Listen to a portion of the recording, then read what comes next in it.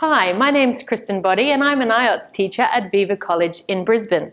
Today we're continuing our series in Spotlight on IELTS, talking about the IELTS Academic Writing Task 1.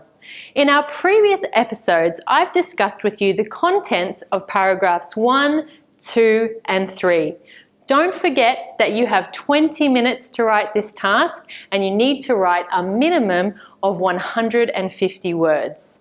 Today, I'd like to give you some tips about the types of vocabulary that you can use when you're describing trends in the data.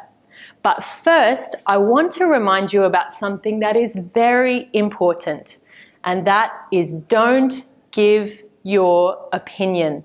Many students, when they look at the data, they describe it and then they try and give a reason why they think the trends have occurred.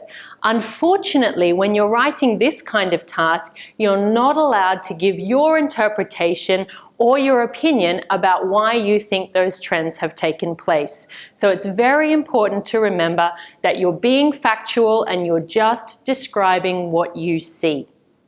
Now, when you're describing data, like this line graph that we have here, there are a couple of basic trends that you need to be able to talk about. The first is an increase. So you can see here we have two types of increase. This increase is quite small and this increase is quite big.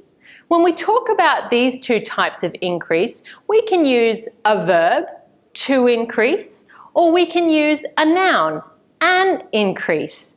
So, for example, the figures increased slowly, or there was a slow increase. In contrast, you could say the figures increased significantly, or there was a significant increase. The next pattern that you can see is a decrease in the data. So here again we have a slow decrease and here we have a significant decrease. The third pattern is what we call a plateau. And this is where you see the data doesn't go up and down. It doesn't change. It just remains flat. The fourth trend is what we call a peak. Now the peak is the highest point in the data.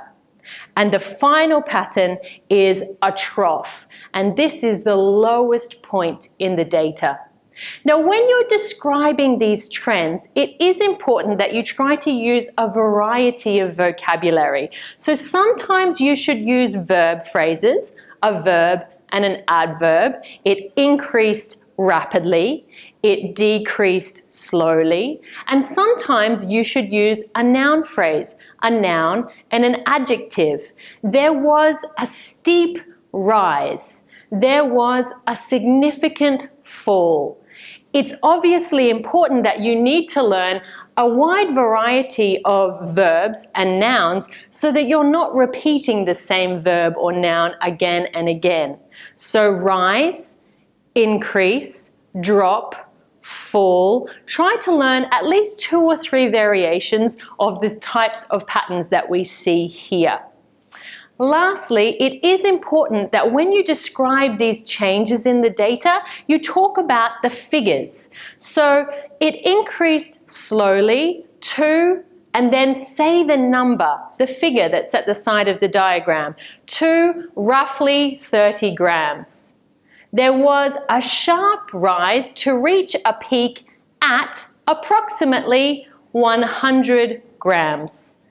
It plateaued at roughly 20 grams. So when you describe the trend, don't forget to give the evidence in the data. So let's summarize what we've just talked about. The first important thing is don't give your opinion. Just describe the facts, what it is that you see the data in the graph. And secondly, don't forget that you need to describe each of the different trends using either verbs and adverbs or nouns and adjectives, and you need to describe the degree to which the change is taking place. Slowly, rapidly, significantly, a minor fall, a big drop, etc.